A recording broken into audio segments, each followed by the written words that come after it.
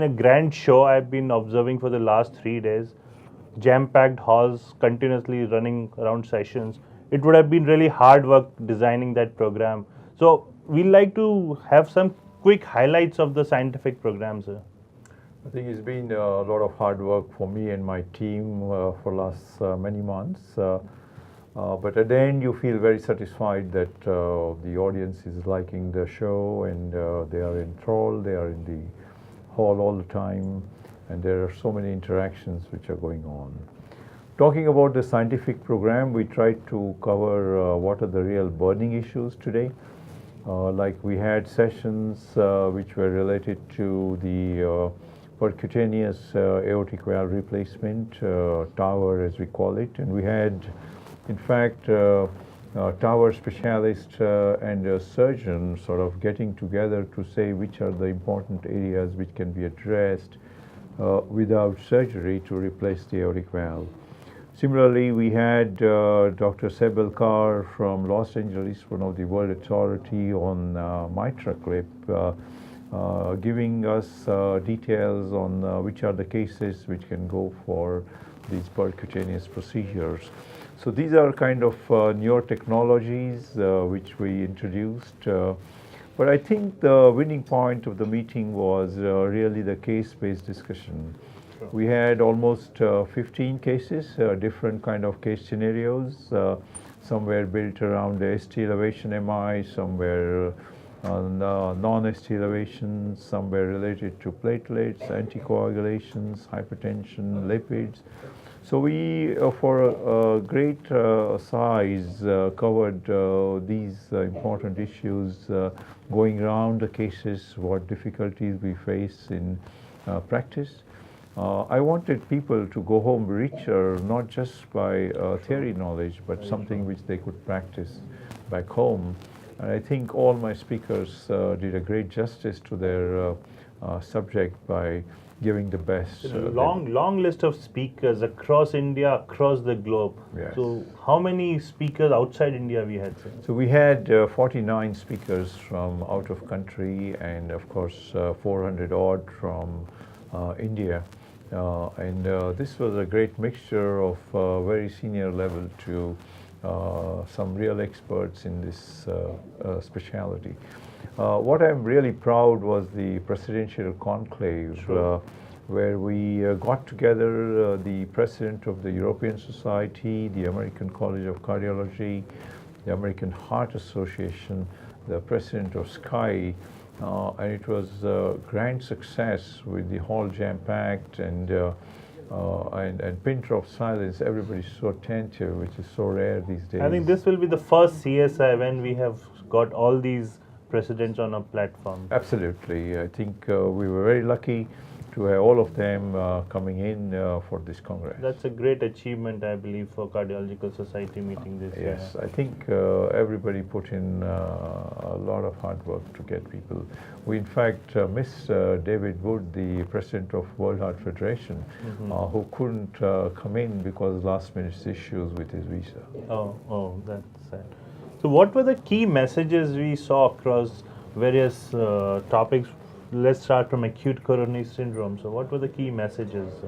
Yes, I think ST elevation MI is a great burning issue. Which way to go is an important area. There are many studies which are sort of highlighting the pharmacoinvasive approach. Though there were speakers from overseas, especially Dr. Samir Mehta, who has tons of experience in STEMI situation. Sure. He was very dogmatic on the issue that if patient has received in a cath lab facility, he has to go for an angioplasty for a STEMI. However, the Indian scene was, of course, very important. That yes, if it is going to take time, pharmacoinvasive approach is the way to go. So lyse, but don't forget that following lysis in next 24 hours, the patient should be in a cath lab related facility to have completeness of the job. for the Indian setup, I think that's very, very important message that even if we lyse, the patient should be transferred to a higher center. So whichever way you open the artery, do it quick. That's Correct. what we want to say. Correct. What were the new things which we saw in the discussion on newer antiplatelets and newer anticoagulant like NOACs? Yes. I think the NOACs are with us for more than 3 years now. And all Indian physicians are very experienced. However, there continues to be some kind of discussion whether all previously VKs should be switched to NOACs, whether especially the antiplatelets, dual antiplatelets should be combined with the NOACs, or we stick to the VKAs and so on. So on a whole, if you are sort of required to use triple therapy, like say a combination of atrial fibrillation along with a recent PTCA, especially with drug-eluting stents, it makes sense to use the triple therapy for a shortest duration possible, switch them on to oral anticoagulation, especially the VKAs, add only clopidogrel, and maybe towards the end of 1 year switch only to VKAs. I think some kind of discussion of this nature was very useful, especially the high bleeding risk patients. Very true. So we saw a lot of discussion on newer technologies as well. So could you brief us on what was the key discussion happening in that space? Yes, in the intervention scene, being an interventionist at heart and core, I feel we had excellent discussion on what could be the way to get the thrombus out. And though there are studies which balance out thrombus aspiration with the conventional angioplasty, many agreed that there would be a niche area where aspiration is going to be crucial. So get the thrombus out, but safely, without producing stroke. That was the issue which was discussed extensively. The tower, the percutaneous aortic valve, is going to be the future in coming years, especially in Europe as well as in US. It has made a big impact, and I would strongly feel that we would see more of these in India too. So a lot of technical issues were discussed which would make implantation perfect. What was striking, of course, was Dr. Devi Shetty highlighting the LVAD, which is a kind of a bridge for heart failure patients who are waiting for heart transplant. Many people using it for a longer and longer length of time, and he showed a few examples where a patient is going on for more than a few years. So he felt it could become a very routine device, which little bit broad-based future thinking. But let's put it this way, that somebody who is so experienced has this kind of vision as to where the country would go. I think it has been a really enriching conference for all the delegates across the country. Yes, a I lot must of tell you the courtroom scenes where, yes.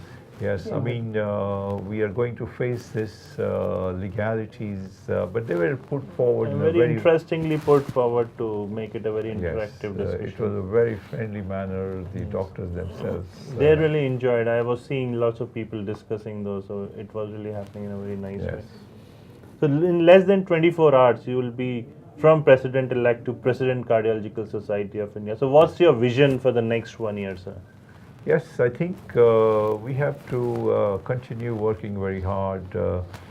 As far as I'm concerned, the first step is actually putting out a scientific program which is appealing to everybody. I think on that ground we have done reasonably well. So the next year would probably be even more active. A lot of things are required. But what we are trying to look forward is to put a lot of global connectivity with India. Very true. I think the number of physicians that we have here, if all of us come together, it's going to be a big volume. So with the help of the American College, American Heart, European Society. We are trying to link the CSI so that we can take better aspect of these organized bodies and bring them into the CSI. So let's hope next year remains a very fruitful year for everybody as a cardiologist in this country. Thank you, sir. Thanks a lot, and congratulations once again on being Thank you. president for Cardiological Society for next year and for this wonderful show organized this year. Thank you, sir. Thank you, Rishi.